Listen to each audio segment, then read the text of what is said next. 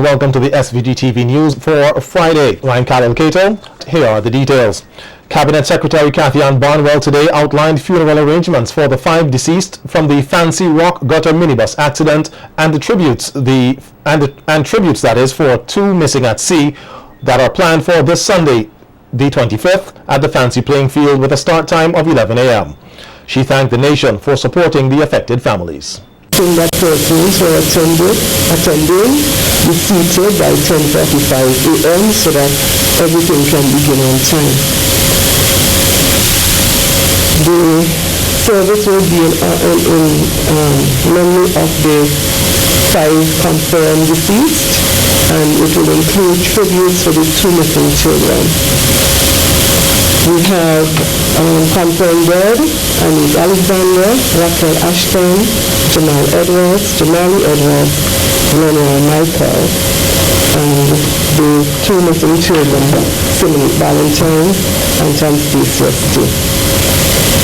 The burial will be at the recently constituted cemetery in Fancy directly after the service. She pointed out that for persons who were unable to attend, the service would be on live radio, the internet, and cable television. There will be teams of doctors and nurses in Fancy who will be there to provide any health care that is necessary to anybody who requires that. 2 ambulances will be assigned to the area. The health center in the village will be open. The Georgetown Hospital will be on standby in case services are required there. And the Red Cross personnel will be on duty to provide support.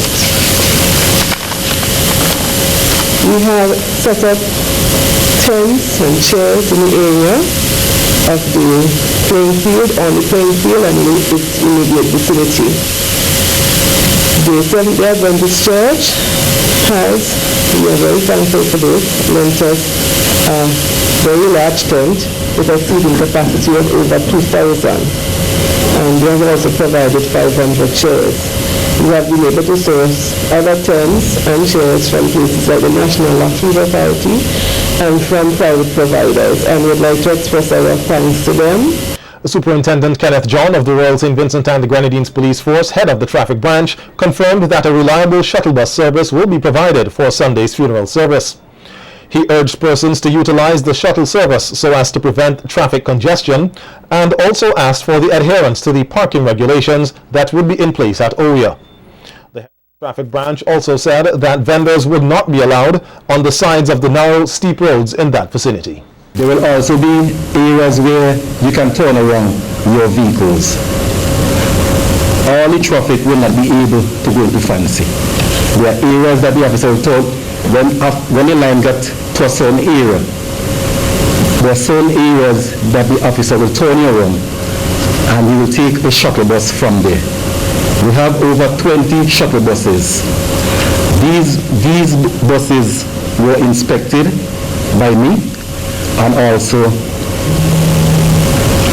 the gazetted police examiner, who is also a mechanic, to ensure that these buses are safe, they are roadworthy, and these buses are licensed and they are also insured. We are not going to allow persons to use vehicles that are not roadworthy and are not licensed to do the shuttle. The Deputy Police Commissioner Reynold Hadaway is assuring the public that adequate security will be in place on Sunday, explaining that while security will be there, it was paramount that persons exercise caution with their valuables and vehicles. We are striving to ensure that no untoward incident would occur between Sunday morning and Sunday evening when everything should be finally over. Our officers are presently on the ground and they are making evaluation of the situation and will be feeding us with information so that we can finalize everything. But I can guarantee that we want to see persons turned out for the funeral, and there should be no untoward concern for persons in regards to their personal safety, their property, etc. But we want to also ask persons to be very mindful of the environment and not to leave things exposed where it will attract persons, your personal property. Take very good care and ensure that they are secure. Meanwhile, Assistant Commissioner of Police, ACP, in charge of operations, Christopher Benjamin, reaffirmed that the police would be on top of all matters pertaining to security. All plans are in place in regards to security. You will see a heightened police presence between Oria, Fancy, and that will remain so until the traveling public get back to their home in a safe manner. I must also say thanks to those who braved the danger. I can't stop saying thanks. To save lives, because the police can't do it alone, and I applaud their effort.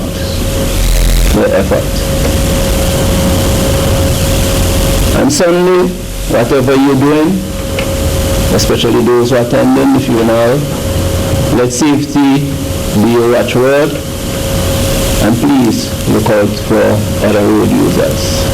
Opposition leader Arnim Eustace says Sunday's funeral will not be an easy time for the parents and people of Fancy, and asked Vincentians to be supportive to the grieving in any way they could.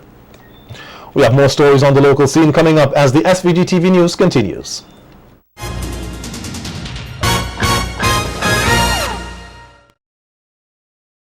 Welcome back to the SVG-TV news. According to word from the International Airport Development Company, the IADC, the Argyle International Airport is set to become operational within a few months. SVG-TV journeyed to the site to overlook the project and ask a few questions. We get these answers from SVG-TV's Gaylorn Burnett. The construction of the Argyle International Airport since its commencement has faced both applause and criticism. The main focus of its critics has been the total cost of the construction and completion time. Yesterday, SVG-TV visited the airport site to get an update on its progress. So far, the buildings that are vital to its operation in the near future were already constructed and at the moment are being equipped with the proper furniture and equipment that are needed to assist in the smooth operation of the airport. Speaking to SVG-TV, Communications Officer of the IADC, that is the International Airport Development Committee, Jennifer Richardson, says that since the airport construction began in August 2008, they have managed to accomplish a great deal in terms of constructing the buildings, adding that the only setback was the rerouting of the Yambu River. The night shift is now on at the river, where they're pouring concrete at night and trying to move that speedily along.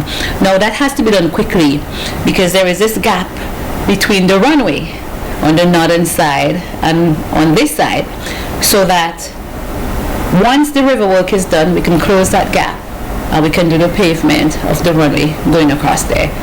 On a tour around the construction site, she explained exactly how much work remained and took us through some of the completed buildings. One observation is that a lot of work needs to be done before the completion of the airport. However, it can be operational before then. After having received the update, we thought that we would have a conversation about what this airport meant to this country economically and culturally. There is a cost, and considering the economy of St. Vincent, it is a great cost for us to be building the airport. But if you measure the cost that we are building this airport at to say the cost of building it in an economy that is bigger than ours, it's like a fraction. There's some folks down in Mount Pleasant who bought lands down there many years ago, built houses, but they never had roads. They didn't have proper drains, none of that. We are now helping them out with proper roads, putting in the drains for them. And the people over in Argyle Gardens, they had roads, but they weren't the best roads. They were coming down on the old Windward Highway. Now they have easier and better access to the main Windward Highway. We have put in proper roads for them as well. What are the immediate benefits of the airport? We have over 400 Vincentians working on the project. In all, we have over 500 persons out here now, and among them we have about 90 or so Cubans, and the others are Vincentians. So we have so many people working out here. That has to count for something, so that families are benefiting. People are able to send their children to school, they can buy food, and the money is trickling down and in the economy. So others are benefiting as well. by virtue of the airport being constructed here and the new Reynold highway put in, exposing their lands, giving them easier access, the value for their properties went up. Yes, we had costs to it. There are people who had to move off from here and move elsewhere. There are property owners, some of them who are still waiting to get paid, even though the majority of them have been paid already. But that process is ongoing, and who didn't get paid for their lands as yet, they are being paid. Name one long-term benefit that can come also. People are looking for new destinations, new vacation experiences all the time. And St. Vincent, if I do say so myself, we have it all. We have the sea and the sun and the sand, but we also have nature, and we have the village life. And entertainment is something that we would also see developing, because as you have more people come and they're looking for more things to do, the entertainment spots will have to develop.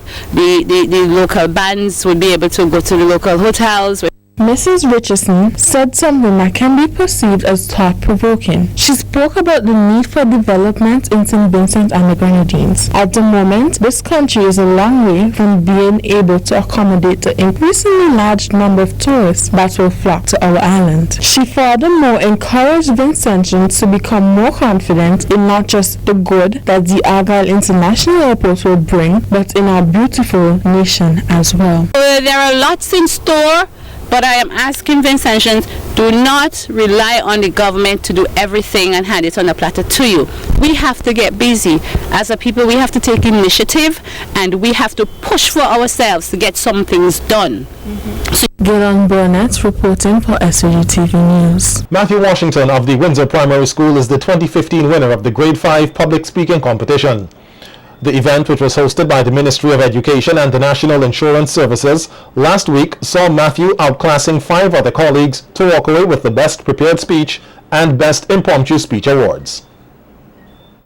To clear a picture of what we are dealing with, we must first answer the question, who is a bully and how does his or her behavior affect their victims? According to the Webster's Unabridged Encyclopedic Dictionary, a bully is a blustering, quarrelsome, overbearing person who habitually intimidates and harasses smaller or weaker persons. Indeed, Madam Chairperson, research has shown that bullies are characterized by their need for power and prestige, low self-esteem, and lack of empathy. Second place went to Tynesha Samuel of the Pamelarsburg Primary, and third place Shanez Bino of the Georgetown Primary. The topic chosen for this morning's debate is not only timely, but I can identify with the main concept in the topic. If we think about this topic, we would agree that schools across St. Vincent and the Grenadines have been plagued with incidents of bullying on a daily basis. Yes, the bullies cause their victims to feel upset, ashamed, embarrassed, and even afraid to attend school, which could be very uncomfortable. Alia enters her classroom slowly and sits down. 2 minutes after, she was at her teacher's desk with tears streaming down her face, sobbing and afraid to speak. The National School Safety Center estimates that there are about 2.7 million bullying victims in American schools today. The public speaking competition was organized to foster literacy, appreciation, enhance language competencies across the curriculum, and to develop the research skills at the primary level. The Frederick Grant is the winner of $2,000 cash in the Careers Caribbean promotion. Keith Williams won second place and walked away with a $500 hamper, with Hugh Johnson receiving a $500 hamper for third. During the handing over ceremony, the first place winner, Frederick Grant, thanked Careers and Caribbean for affording him the opportunity to win $2,000 in cash. I was a thanks for Careers for winning this, and I was drinking Kerry for a lot of years now. And I will say thanks again for winning this, and I'm very glad.